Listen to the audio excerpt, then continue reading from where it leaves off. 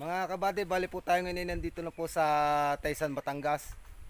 At pupuntahan po natin itong yung Mount Baclas na sinasabing pasyalan po dito sa lugar na ito. At sa loob po ng isang oras sa pagmumotor, narating ko na po itong lugar na ito. Bali ito lang po ay makalampas po ng San Jose Sico. At tara mga kabady, samahan niyo ako dito sa pagbisita ko po dito sa bayan ng Taysan, Batangas, dito po sa Mount Baclas.